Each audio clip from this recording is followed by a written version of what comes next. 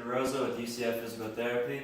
This is my patient slash fellow student, Roman. He's going to be helping us out today. Today we're going to be performing the Tinetti outcome measure.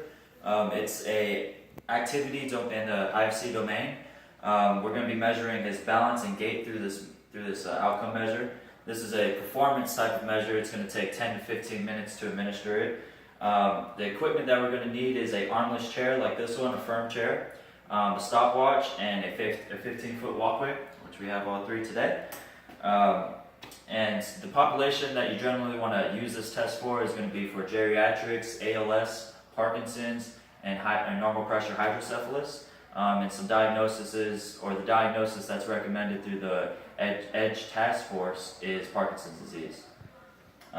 So to start off the test, it splits it up into two different areas, balance and gait. Balance portion of this test, we want to first observe his sitting balance. So as you can see, Roman can maintain a steady sitting balance without excessive sway or any type of leaning. He's not falling back into his chair.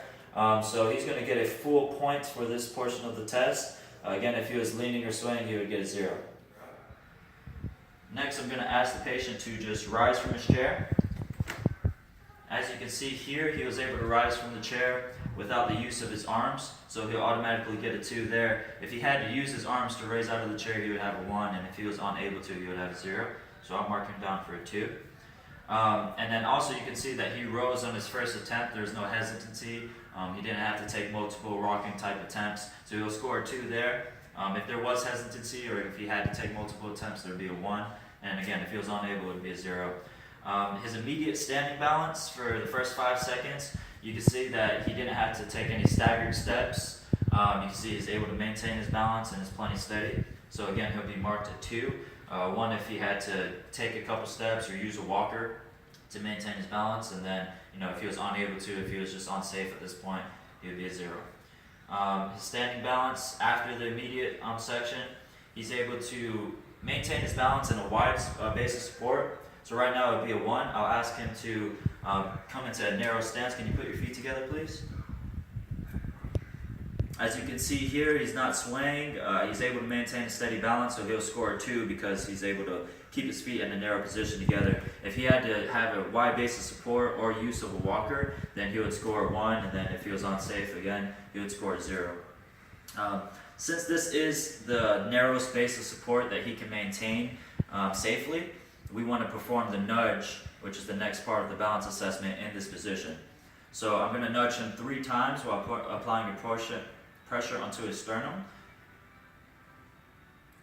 As you can see, he's able to maintain his balance safely here within the limits of his support. He doesn't have to take any staggering steps or hold on to something to catch his balance. If he did, that would be a 1 on the score, but he was able to do it by himself, which gives him a 2 for this section. Next, within the most narrow base of support that he can maintain, we want to ask the patient to close his eyes. We're going to wait here for a few seconds, making sure that he is able to maintain his balance through the use of his proprioception vestibular system, taking out the visual system, and he is, so you can open up your eyes, so that's great. He was steady there, so he gets a 1. If he was unsteady, it'd be a 0.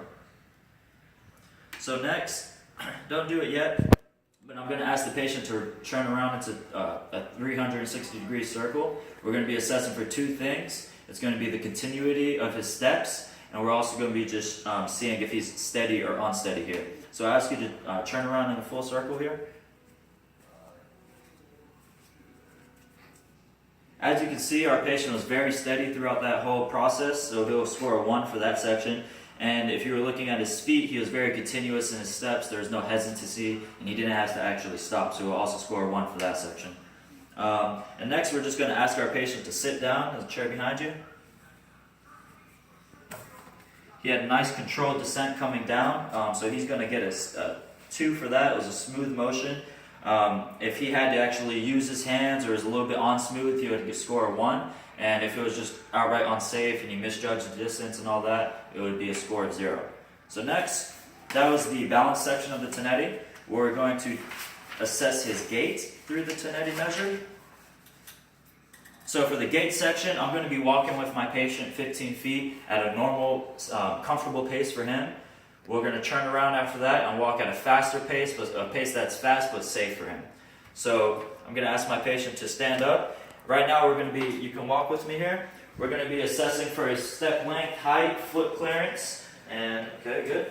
And we're going to walk a little faster coming back, but safe. Step symmetry is continuity of his steps. The path that he took is straight, trunk motion, and walking time.